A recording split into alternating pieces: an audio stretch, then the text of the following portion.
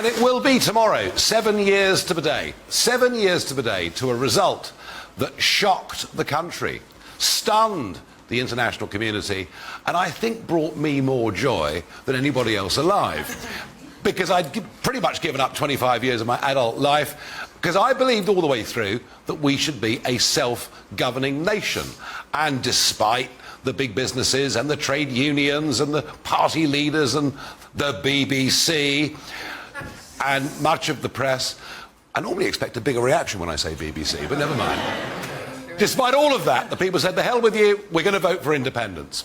So it was a great day. Trouble is, it took 3.5 years for us actually to leave, because Westminster didn't really want it.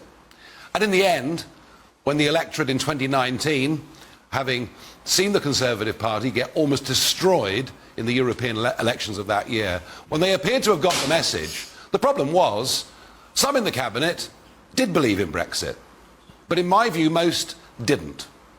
And I think whilst we've got out and we've reversed the status quo, whilst we stand taller on the world stage, whilst our financial services industry is now bigger than it was, despite all of the scare stories that we had in the run-up, I think that folk in places like Barnsley, which voted 68% to leave, I think there were two big reasons for voting leave, and they were both subsets of taking back control of our country and our lives. The first was our borders.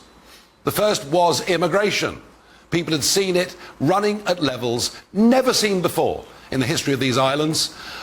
And to think that even today, 7 full boatloads cross the English Channel, another 350 today, and that legal migration is now running at 3 times the level that it was when we voted Brexit, I think is a huge disappointment. And I think for those millions of men and women out there doing their own thing, running their own businesses, they expected realistically for the rules that run their lives to become simpler. And you know what? They didn't. There are many of us who feel, frankly, the Tories have sabotaged Brexit, let us all down very badly, and will allow the incoming Labour government to tie us up closer to European Union rules. So I am feeling disappointed 7 years on.